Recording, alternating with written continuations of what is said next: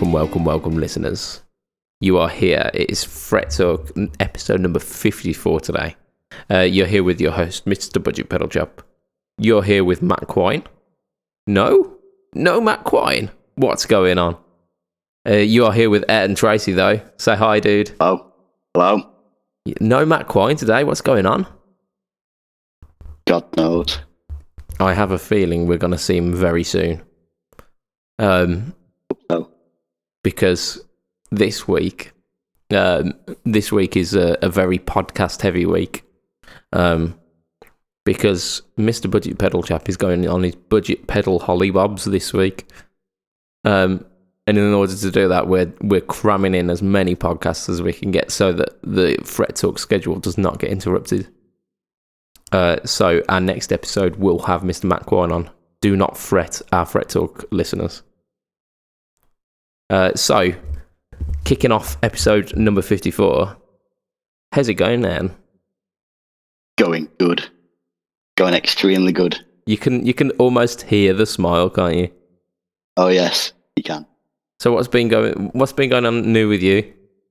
Oh well, last time I was on the podcast, I said that I had a band audition. That you did, yeah. I think it was that week or the week after. Well, that was not Friday's gone, Friday before. Yeah.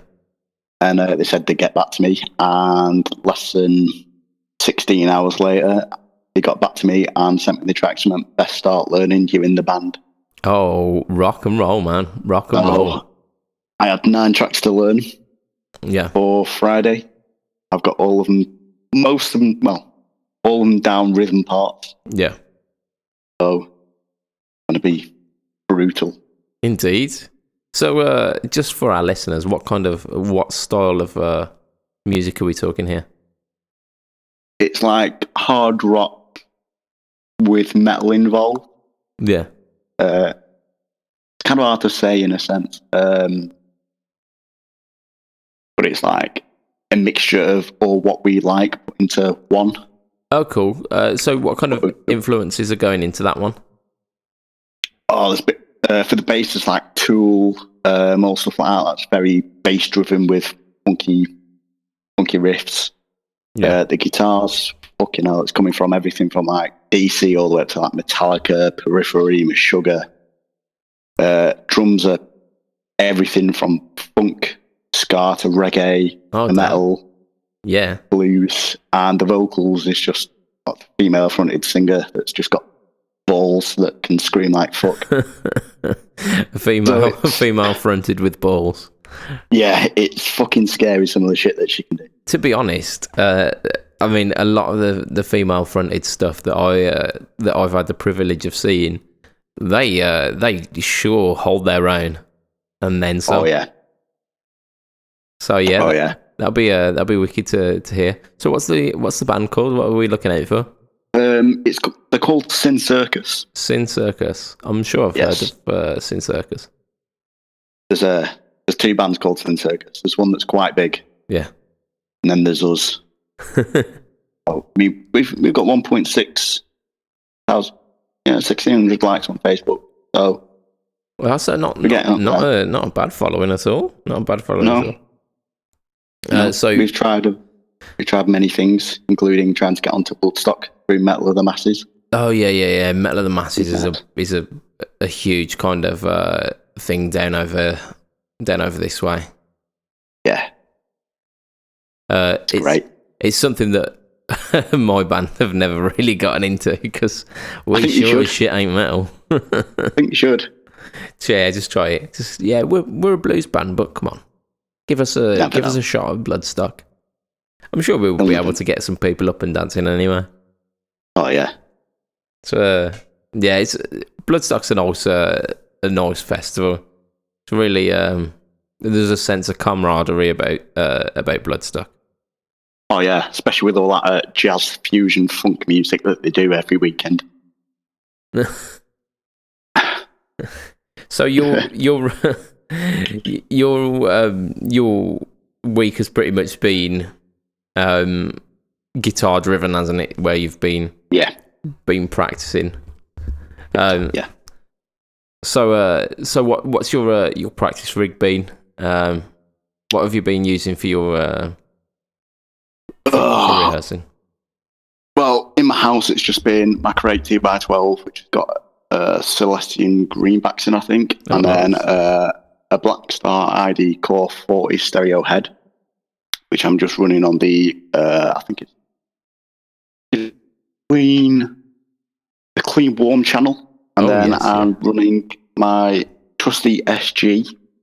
It's an SG 2008 special into my GT100 through one of my patches, which has got 2 Mesa Boogie triple rectifiers for the rhythm and lead, and then for the clean, I think I've got 2 tweeds.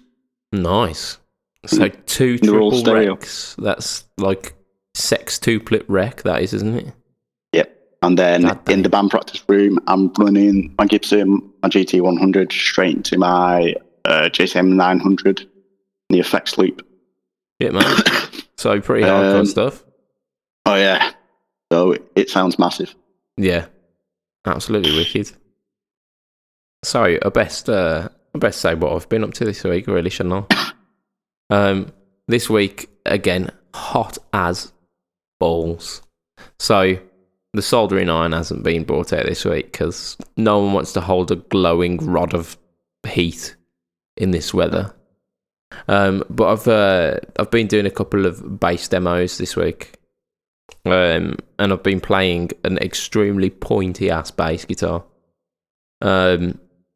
which has got flat wounds on it. I think I mentioned this probably about 3 or 4 casts ago, and I've shared it on my Instagram as well. Actually, it's basically like a BC Rich Warlock bass, which is metal as fuck, but it's got a PJ pickup configuration, so it's actually pretty classic sounding.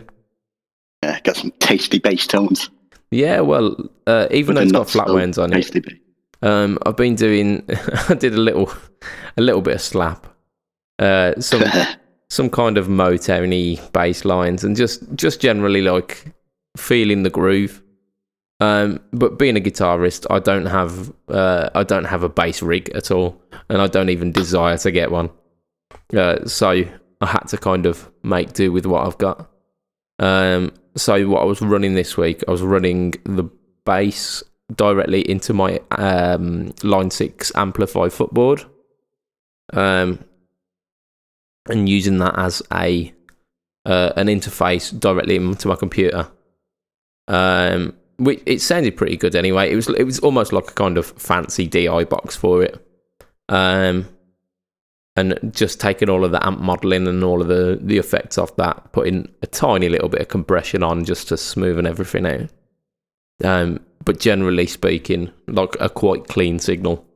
And then when I was running it into my laptop, I was running like it weren't guitar rig, but it was one of these kind of guitar sim plugins, where there was like a bass amp sim, and it sounded wicked. It sounded really good. So you need to get a Helix then. You haven't got a bass rig. Well, I mean that's quite expensive solution to a problem that I don't really want to solve. Pedals and amps, and you can run everything through it. It's great. Well, that's it, isn't it? I mean, if I ever need to do bass in the future, then I could just justify buying a Helix. I'm not entirely sure the credit card would like that, to be honest. Yeah, well. So springboarding from that, I found a couple of tasty picks off the internet this week. So there is a website called Blue Cat Audio, and they are doing a free triple pack amp sim bundle, essentially. So basically, you can get 3 different amp sims for you to plug in your guitar directly into interface and kind of run these amp sims, almost like I was doing with the bass this week. So the three models are Classic Clean, which is kind of Fender voiced, very very American sounding clean. You've got a Classic Drive, which I don't think I'd even need to mention, that it's a golden a golden looking drive. I mean, it's like an amp interface, which is kind of gold knobs and So your money would be on a Marshall of some description, but it's kind of classic Marshall, so relatively moderate gain. And then there is Modern Drive, which is the aesthetics was kind of like easy to me. It looks kind of like a silver face with black knobs. So I'm thinking, PV, Soldano, EVH, something like that. When I listened to the clip, because I only found out a bit about this just before the cast, so I haven't had a chance to download it and try it, but I definitely will be. Can't beat the price of free. So the Classic Clean was, as you expect, blackface Fender style amp. Just kind of generic Fender. I don't think it was based on anything really. And again, the Marshall, a little bit gritty, mid-focused, like classic drive. Plexi. Yeah, kind of. You look at the picture; it looks very Plexi-like. Yeah, definitely. And I don't think you're going to be disappointed if you're going in looking for a Plexi with that. But the Modern Drive, when they switched to the Modern Drive, they had it paired up with the clean channel, and had it set to like a really low drive, so it weren't really doing what I would have expected it to. No, but it does say on the kind of blurb for it that all of these amps go up to 11. So I imagine that you can be pushing some pretty serious gain coming out of these. It's up to 11. That's Spinal Tap in territory with that. Yeah, I mean, from a free plugin, you can't really beat it. So I mean, that's my my kind of free stuff pick. And for our recording style friends, we've got a free plugin from a company called Internet Co, which I thought was just the most. It was like either the laziest or the most likely to be a scam. But no, apparently they're like a Japanese company. I'd never heard of them before, but they're doing a free plugin called the Midside EQ Comp, which their blurb says applies EQ and compression to like it kind of splits your mono tracks into like two separate versions of your track with like the middle frequencies and the side frequencies, and it allows you to add EQ and compression to those independently. So again, if you're looking to kind of get into a little bit of recording and you want what seems like a pretty tasty free plugin, check out the Internet Co guys.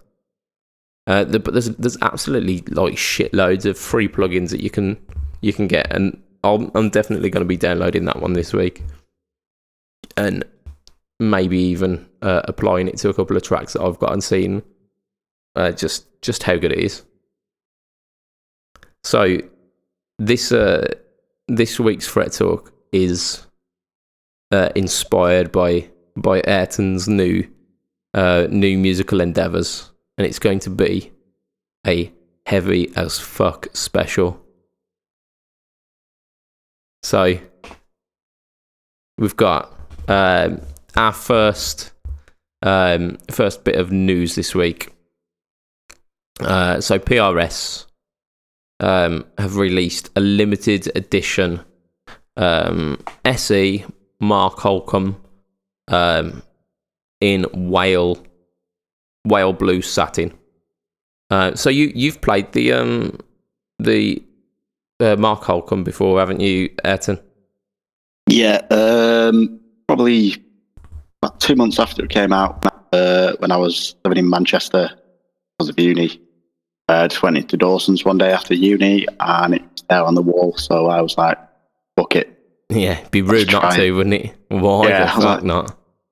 Fuck it, I'm not going to be able to buy it, so I'm just going to have a jam for 2 hours with it. Yeah, And it was fucking insane. Like that is a monster. And obviously, Mark 9 times out of 10 now usually plays with the SEs unless he has to bring out like his 7-string or yeah. his actual proper Wood Library custom shops. So I But mean, he swears by him. yeah, it's a testament to the quality of them that the SE will stand up to such a rigorous beating of the road. Oh yeah. I mean, when I went to his masterclass last year. Yeah. Yeah, last year, he literally just picked one off the wall, put it into his tuning, and it stood the time. And this guy, he will not stop fucking picking. Like he's a monster. He puts like an elephant behind his hand. Plays like fuck. I think Paul Gilbert used to do that, actually. He used to go into like when he was doing the tours of the guitar centres and whatnot of the like when he was during his Racer X days, and kind of Mr. Big era. He'd go into his clinics and he'd literally pick an Ibanez off the wall, and like he'd feel so confident that they'd be set perfectly and that they'd sound brilliant that he'd just he'd be able to do his clinics with it. And one of his most famous RGs, like a kind of like a burnt orange with a black plate, and there's a couple of stickers on it. Apparently, was one of those that he just walked into a guitar shop of some description and pulled it off the wall and just loved it. So I mean, right now, yeah, Ibanez is one of the ones that I'm pretty much guaranteed to be able to get on with, like just out of the box, because they're always set really well. But the fact that Mark Holcomb can do that with the SEs as well it's a testament to their quality and their quality control as well. The fact that he can guarantee that it's just going to be set perfectly. So let's have a look at some of the specs, because it's by no means a standard guitar, is it? Oh no. So definitely not. The biggest thing is the Alpha Omega Seymour Duncan pickups. So they're passive, are they? But they allow for chord splits as well, and on this model it has got the option for chord splits, which is pretty cool. It's a 25.5 inch scale length, which is just slightly longer than your standard 25 inch PRS. Hardtail, bound ebony fretboard, so no substitutes. It's an actual ebony fretboard, and the fretboard radius is 20 inches. 20 goddamn inches. So, I mean, swinging it back round to Ibanez, they were the flattest fretboards that I'd ever played, and they're a 16 inch. So 20 inches of fretboard radius must feel like a Spanish acoustic. I don't know. What did you feel about the Holcomb kind of neck profile and radius? I didn't mind it at all. But, you know, I'm used to picking up shreddy guitars that have got, 16-inch radiuses and stuff like that. Yeah. And I mean, there was a difference you could tell instantly. Yeah. But it was a fucking shred machine. Like nothing had compared with it that I could possibly think of. at the moment. Yeah, defo. Even his just the signature one that's got 20-inch radius as well. Mm. So that's insane. Yeah, I'm quite tempted to give one a go actually, because I'm not entirely sure how I'd get on with a 20-inch. Wanky. But yeah, I think in terms of like the specs on paper, so you've got the Alpha Omegas, which I assume are quite a hot pickup, but then it has these splits as well, so it's allowing for, or it's almost encouraging versatility rather than just stick it on the bridge pickup and chug it away. Well, if you listen to Mark's stuff in Periphery, you can go from gent in 1 minute to then clean ambient single coil tones on a dime. So obviously he needs that versatility, and obviously they brought it down through into the SE range.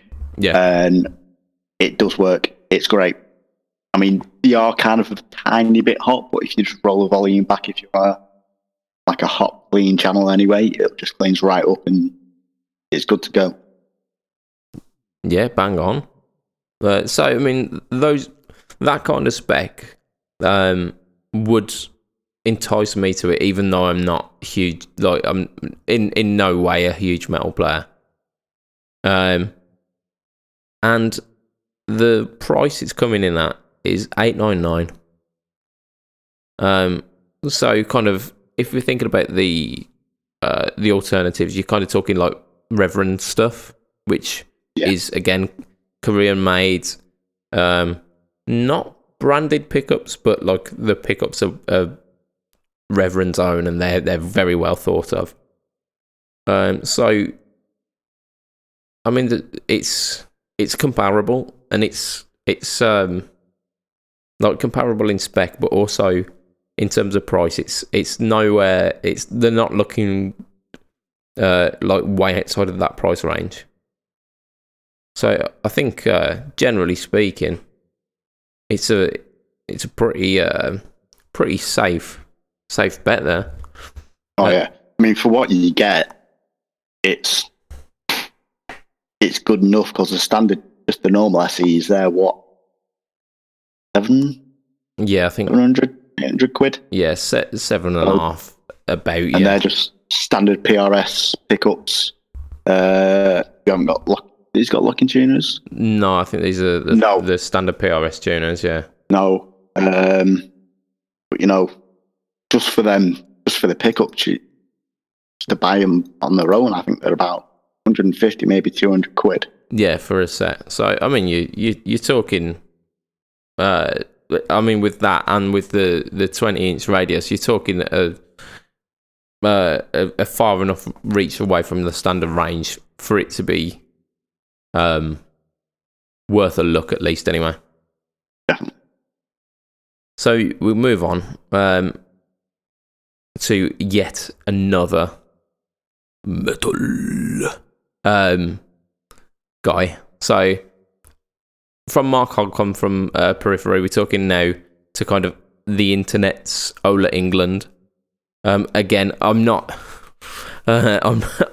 I'm putting my hands up and saying that I'm not all that familiar with Ola's musical output, but I'm aware of him being kind of metal orientated in the YouTube world. So, not so long back, Ola was affiliated with Washburn, I think. Yeah. And from that they made him the Ola England Solar signature Washburn, and then from that he then created his own guitar company, and so they've released a new signature range called the BOP. So the BOP stands for Black Open Pore. So if you think about the finishes of these, it's a very, very thin matte black finish where you can it's so thin that you can see the open grains of the body material, which is swamp ash. So you can see the open grains of the ash coming through that very thin matte finish.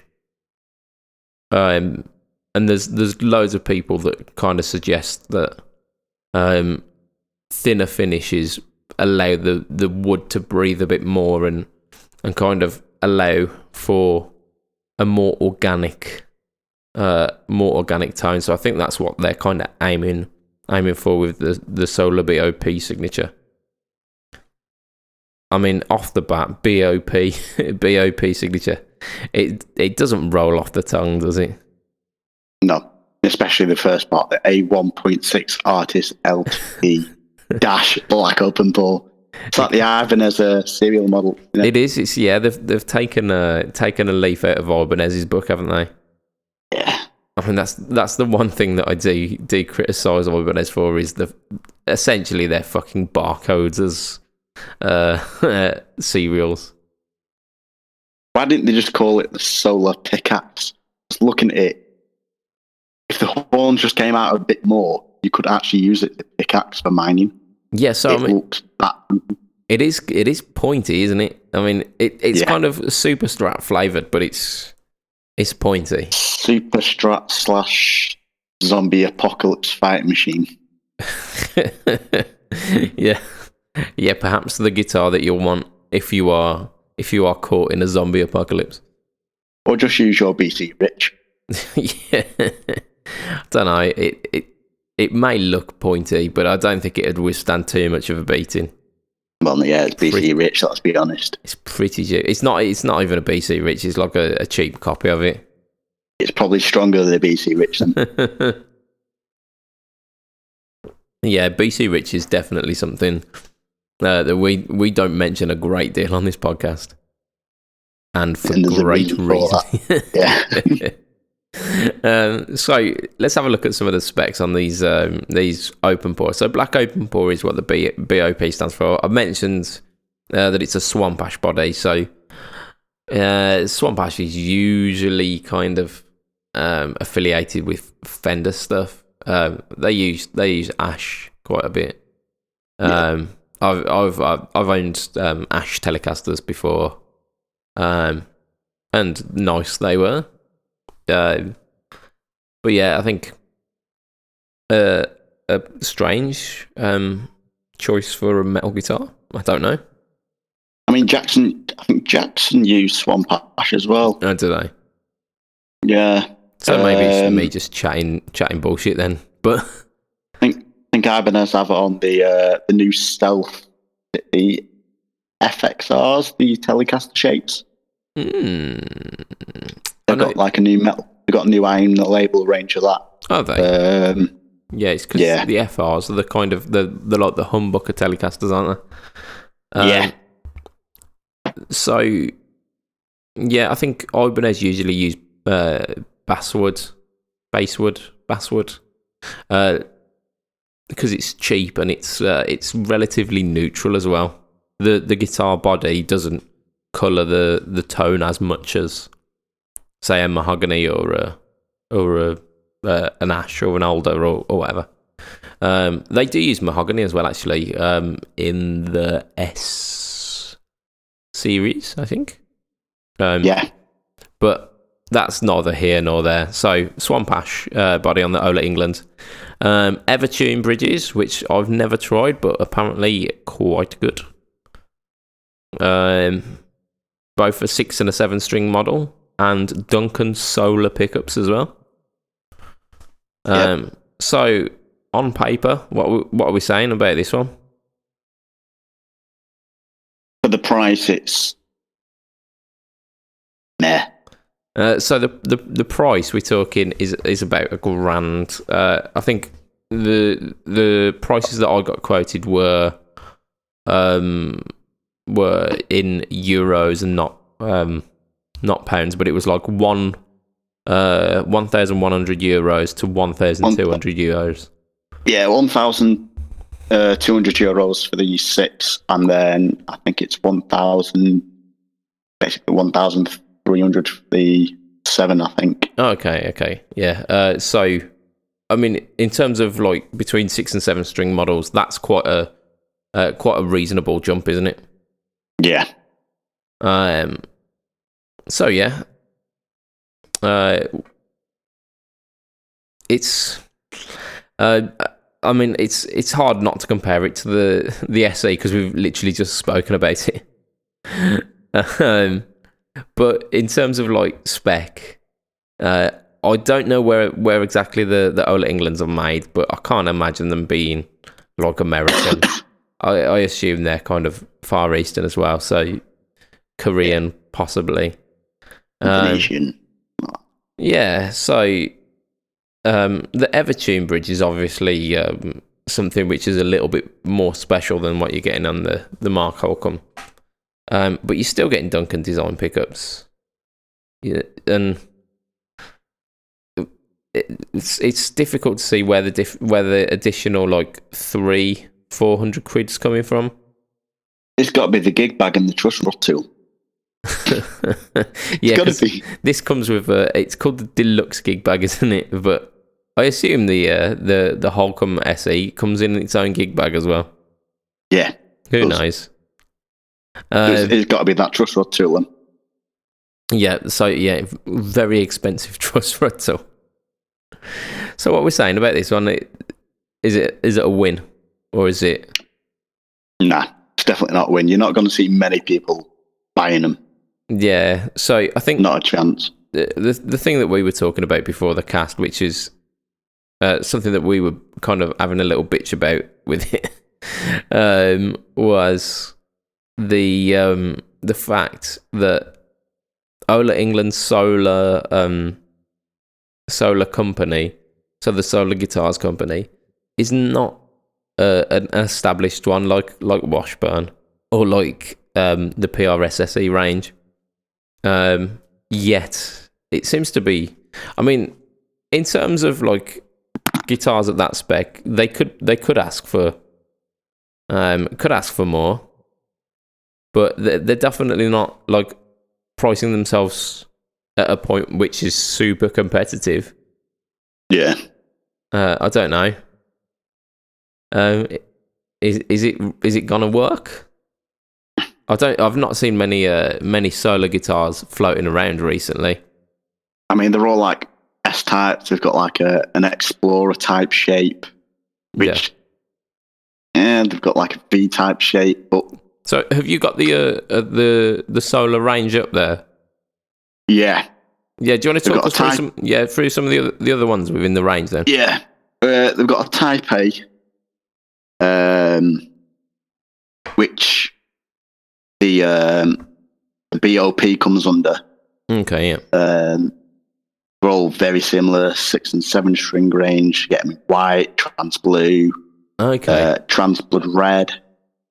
There's left-handed versions. They have Type E, which is it, Explorer type. Yeah. I've got a feeling they're all going to be like 6 and 7 strings. Type S, which is more like your Ibanez type body shape. Yeah. It's going to be the same. Type V, wonder what that could be. That'll be the same. And then they've just got your Artist series, which I'm guessing it just looks like your Ola's versions, which is like your A types, your V's, and your E. I know with the Washburns, they had some really strange color choices. They had like a really bright orange version, if I remember rightly. And like they had like a brilliant white version as well. But they had this really like vibrant orange. And is that something that's come across into the solar range, or is that something that's been left behind? It's been left behind. It's all like you've got trans blue, trans red, There's a white, and then you've got your matte blacks, your trans blacks. Yeah, so it's more kind of traditional metal colours there, isn't it? Yeah, definitely. So yeah, it's hard to see where the solar stuff kind of sits within the within the kind of guitar environment. I think it's going to definitely be a niche market for people who are fans of Oleg. But I don't think it's going to really come out massively to masses of guitarists. Maybe that's where the money's to be had these days in guitar, is finding very specific little niches. Yeah. I don't know. I mean, Fender and Gibson seem to be following the trends, don't they? Definitely. Rather than carving niches. I mean, Ibanez did it, didn't they, a few years ago, and brought out the Iron Label series. Yeah. I mean, that's gone well. But they seemed like they were about 5 years late with that. Because being like completely black finishes and like very stripped back, where it was like they all had EMG pickups in them as well, didn't they? Yeah, I think it was a 61 and an 85, I think. And to me, that screams like the new metal kind of guitars of that time. Yeah. Whereas everyone had kind of started branching out like further away from that, and then Ibanez bought out this Iron Label series. But for the price though, they were like incredibly affordable, weren't they? Because they were starting sticking EMGs in stuff that were like £400-500. Yeah, and you're like, shit, man, that is some going. Locking tuners, stuff like that, and it's getting up there. Like the modern accoutrements, and then kind of aiming it towards the metal guys. Yeah. So yeah, if Ibanez are doing that, and kind of doing it well as well, I'm finding it difficult to find where the solar stuff kind of sits. But like, by my own admission, I'm not a metal guy. This isn't the market that I'm looking for as well.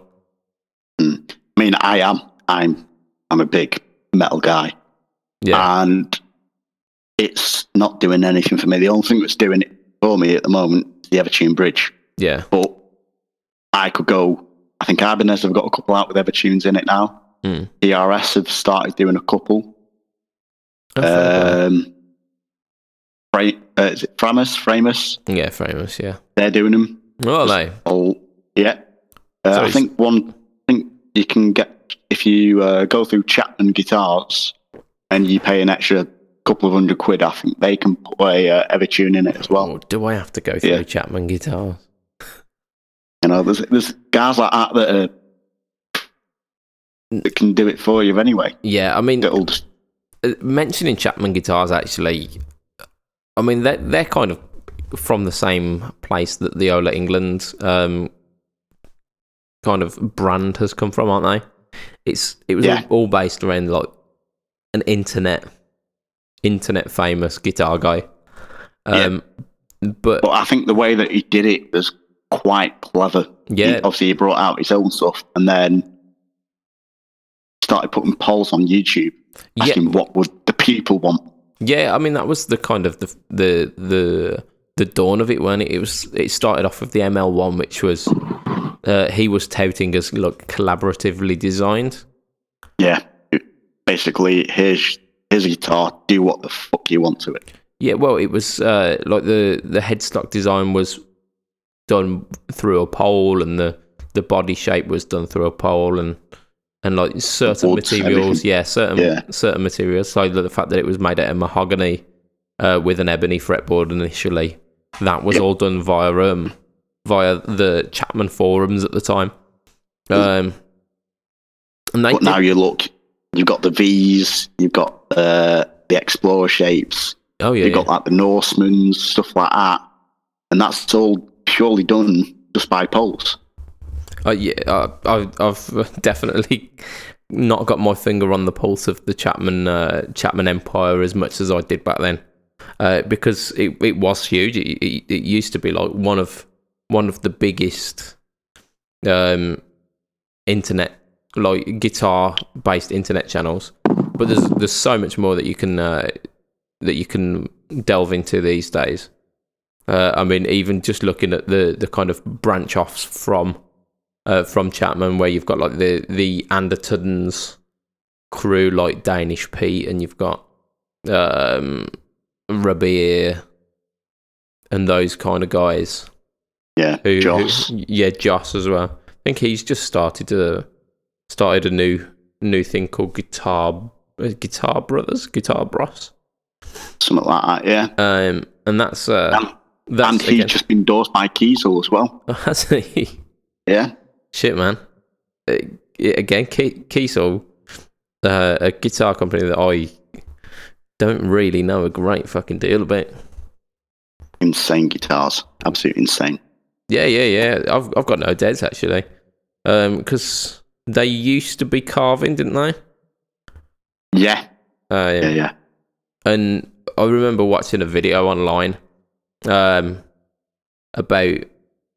probably about 2 or 3 years ago now, of Joe Walsh of the Eagles, just showing this awesome carving guitar that he got, and just like picking apart like little bits of it and just going, well, this is the bit on the carving that they got right, that the original Les Paul didn't.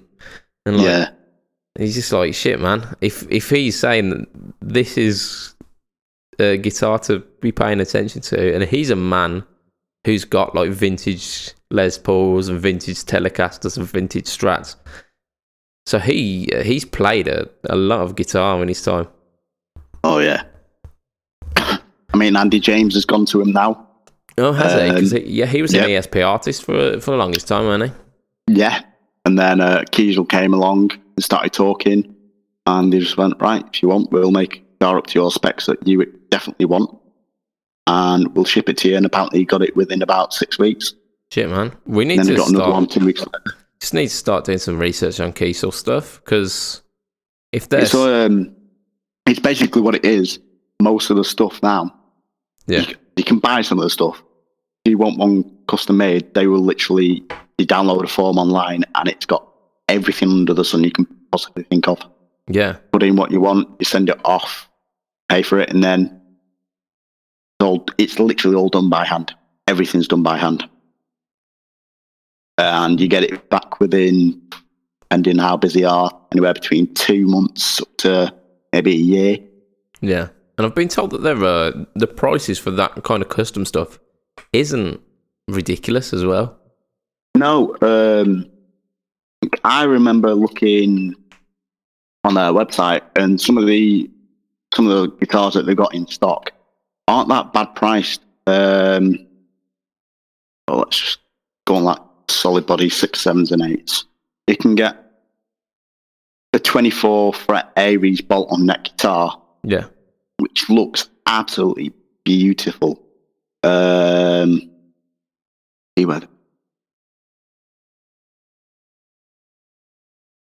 Shit, man. This is the best internet podcast in here. Can't see what the pickups are. Yeah. But for what it looks like, and it's possibly been handmade. Yeah. It's $2,309. But some of them are coming in just over $1,000. Yeah. You can get a 24 fret bolt on H string, $1,919. I don't think I want a. But they do like Strat. Yeah. They do like Strat shapes with single coils in for $1,044, and you're saving $350 on it. Shit, man. So yeah, I think insane. I think it's time that we do start casting our eye over Kiesel, because it seems like they're making waves. I don't know. Maybe within the next couple of podcasts we'll do we'll do a feature on it. In fact, I think I might get you to do some research on this and that's fine. Come back to us with that one. About like Kiesel, Strandberg, all like the niche. Yeah, the kind of the new wave of guitars. Yeah, we'll do a new guitar special. Sweet. I reckon you're gonna be spearheading that one as well. Because when it comes to new guitars, I'm thinking like, the Stratocaster, that's new enough, isn't it? Not anymore. Yeah, it's been around maybe 1 or 2 years. We're going to move on to like our final bit of almost news. So there's been a little bit of speculation around the internet recently of a potential release by ESP. So over the last 6 months, Mr. James Hetfield, who's he?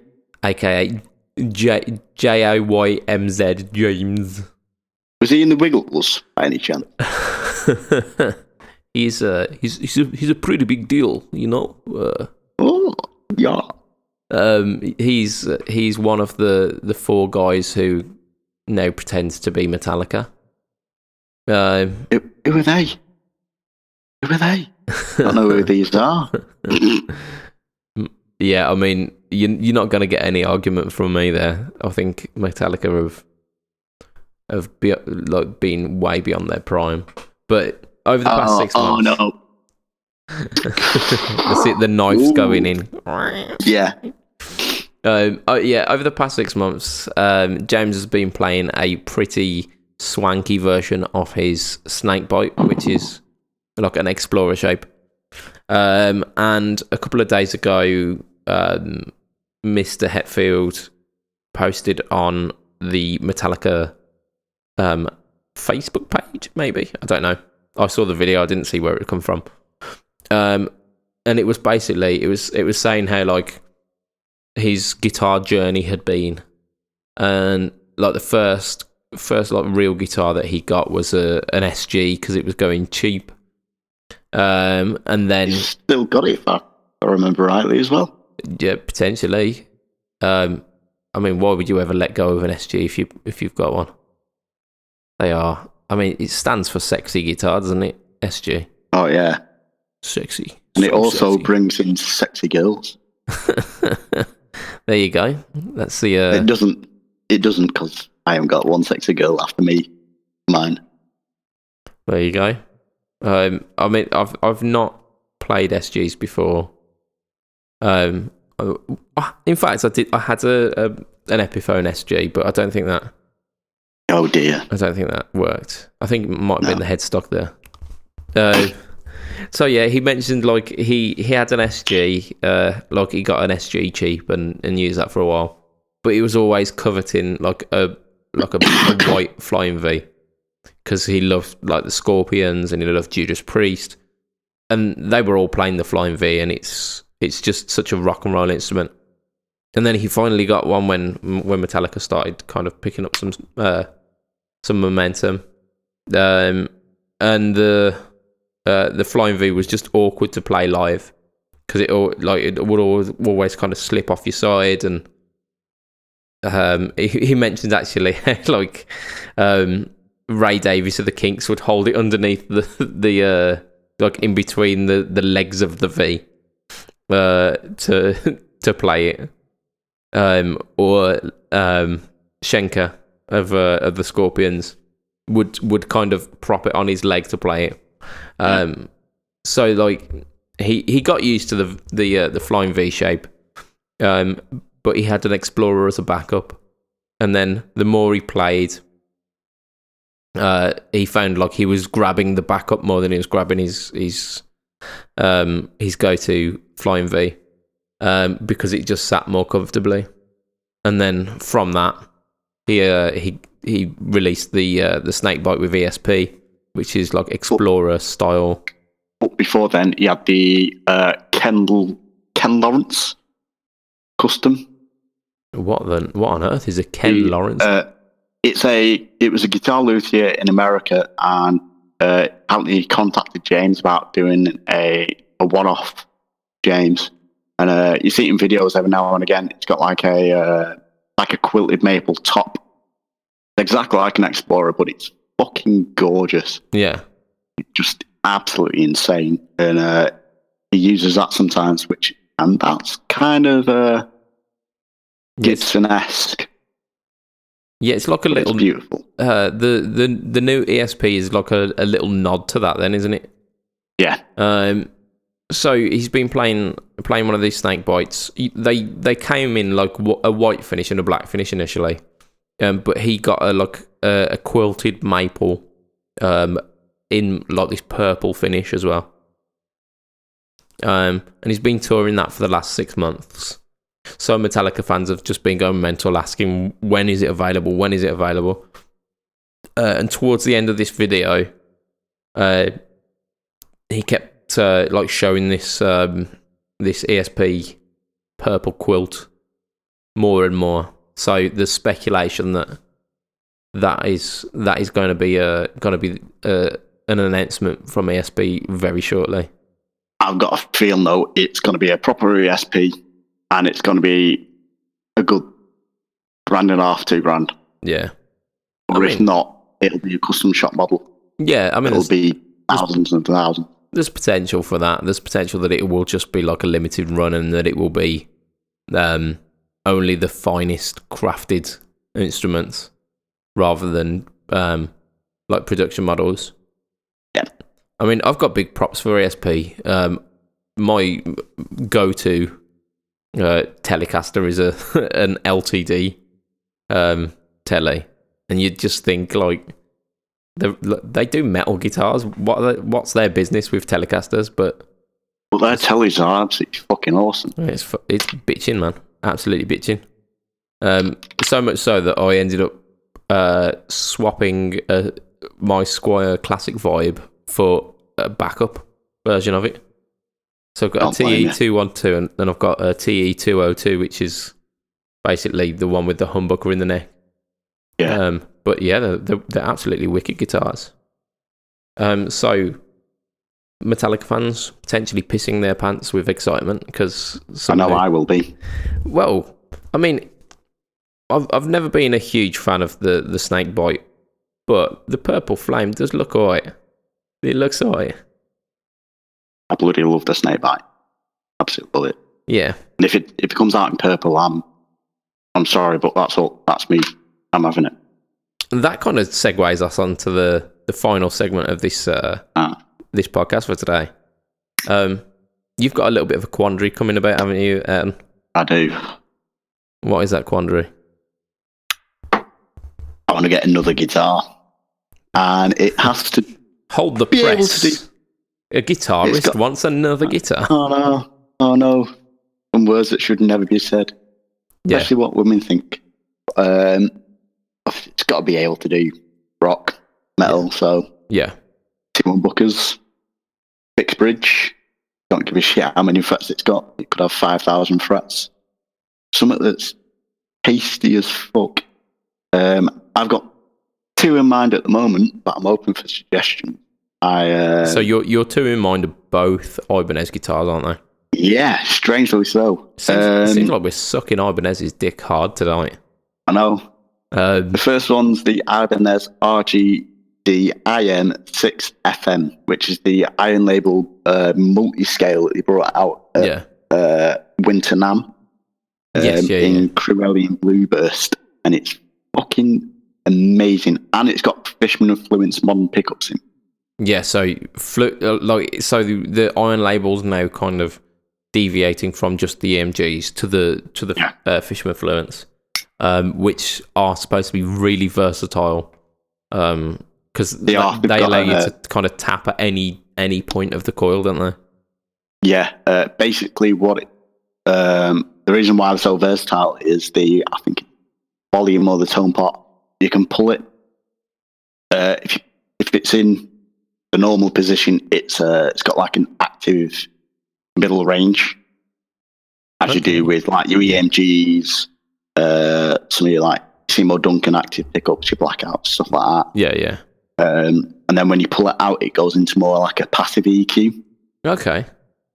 So you get the best of both worlds. Yeah, so it's almost like what everyone's been searching for is just the grunt of active pickups, but then being able to kind of wind it back to become a more subtle sounding pickup. Yeah, without trying to turn your volume down and just losing all volume. Well, I think that the issue with the EMGs is that they used to load the front end of your amp so hard that trying to get anything other than just either sparkling clean or drive, there was nothing in between. There was no kind of breakup because it would just slam the front end.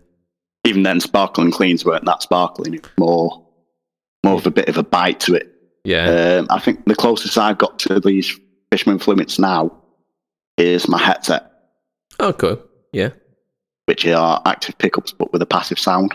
Yeah. I remember those being kind of bandied about a couple of years ago. I think the old Chapman channel had them on, actually.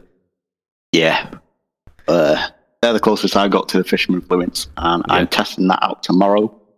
And the other one is the Ibanez FR-IX6 FEAH in charcoal satin flat, which is the Iron Label version of the FR series. Yeah, it's almost kind of like half offset, half Telecaster, isn't it? But with obviously rock appointments where it's got humbuckers and a hardtail bridge. Yeah, but I think they've got. I think it's a 61 in the 80. Was it? No, it's a 66 in the 81. I think it's got in it. Okay. One volume. So that's not your standard, is it? No. For your EMG set. So deviating from the classics, but yeah, cool. But there's a few bands that have been playing with it. The biggest one that I know of so far is While She Sleeps. And I think their latest album and the album before that was both guitarists used the original FRs and this Iron Label version as well. Cool. So any other suggestions? I mean, they seem like pretty solid choices, and I think you posted this on our group, and the majority were going for the Fanfretted. Yeah. I think partly because it looks more exciting as well. The FR was this kind of flat black finish, and it just didn't really do a great deal aesthetically. No. And I think with the Fishman Fluents, the Fishman Fluents pickups in, try and say that like 10 times fast when you're drunk. The Fishman I'll give Fluents. it a shot tomorrow. The Fishman Fluents pickups are like a more versatile pickup. They are being touted as like this like super awesome best of both worlds kind of things. I think the first person that I knew that was using Fishman pickups properly that I knew of was Devin Townsend. Back in about 2015. He's all right, and he had Devin. Oh yeah, bit of Devi. And then obviously he can play, can't he? Yeah. Oh, insanely good. Yeah, seen him twice. Oh. He's a famous artist, isn't he? Yeah, he is. And he's got his signature. A couple of signatures now. But the person after that I knew of was Satchel. Oh, okay. So using he's using Fishman now. I think we best leave Satchel alone, given the recent storm. Robbie and Snowflakes. Come on, it's Satchel. He's in Steel Panther. All they talk about sex, drugs, and rock and roll. It's great. I think we're going to be tackling that issue a little bit closer tomorrow. So we'll leave him there, but just that's so for you listeners, that'll be next week. For me, we'll be recording tomorrow. So yeah, I think in terms of other suggestions, there are two that spring to mind at the moment, and one of which is a confession from myself. So it's not a Warlock, is it? Last week, I think I mentioned in the kind of the first part of the show that Bolt Guitars were doing their version of the Flying V, the Ascent, and they were doing a £99 pre-order on that one, which if you put upgrades onto it like the Zombie Dust pickups or the bare knuckles or whatever, it then only brings it up to like the price of what you'd be expecting for like an Epiphone or something. Doesn't look too nice though. What, the Ascent Vs? Oh yeah. Well, this is where I may suggest that I've put a pre-order down. In what colour? You'll find out, won't you? You will find out. I hope it's not that shitty green turning yellow colour. Oh dear. So yeah, there's another thing coming up as well, and I can't remember the model name of that one, but yeah, that shitty yellow turning green. I think they call it the Brazil burst because it looks like the Brazil flag. But they're doing one of those with a Sustainiac pickup in the neck for something like 270 quid or something like that. Not bad. Seeming Sustainiac pickups there about 150, 175 quid by themselves. Yeah, and I think it's got not more. A bare knuckle aftermath or something in the bridge as well. So it's the money's basically the pickups. Yeah, it's really, really well kitted out. So yeah, if you're stuck with what to get, that's a pretty well kitted out piece of kit. But my money's on the Ascent because I may or may not have put some money down already. And I think on that confession, that is where we're going to end it for this week. So you've got a new shout out this week, haven't you, Ayrton? Where do we find your new band? You go on Facebook and it's Sin Circus. Instagram, I think it's Sin Circus. Awesome. Yeah, and that's about it for the moment. Cool. Yeah. Oh, and Spotify as well. The EP that got released about a year and a half ago. Yeah, so I mean, it's absolutely free to do that. I mean, it doesn't give anything back to the band, but go check it out if you like what you hear. Then start rallying behind the guys, especially because they've got our Ayrton in there now. Definitely, and we've got quite a few gigs coming up as well. We've got playing a festival in Bradford. We've got one in Blackpool, one in Bury, one in Preston. I think we might have a few more lining up as of September onwards. Cool. The release of the album next year. I mean, if you're up the sunny end of Birmingham, then I'll give you a watch. Aye. So if you want to catch all of us on Tinterwebs, you go Fret Talk Podcast group. You can get your thoughts, opinions, and share some news stories with us in there.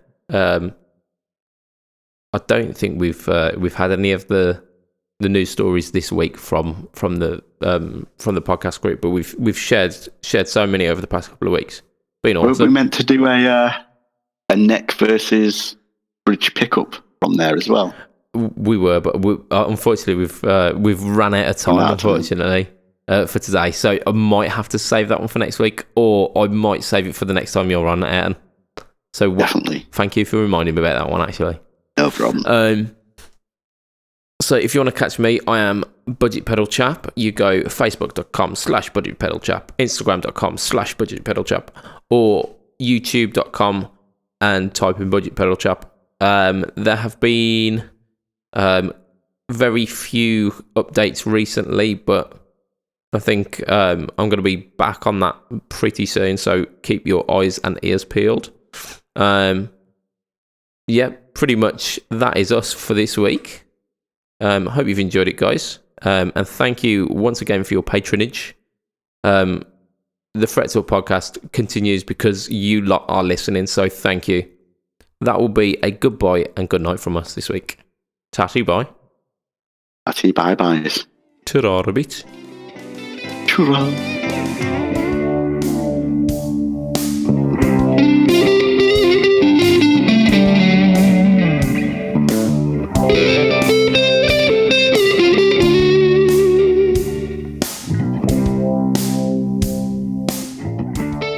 And not even a mention of Pornhub this week as well. So, I mean, no, we should have one of those little charts that says like 1 week clean.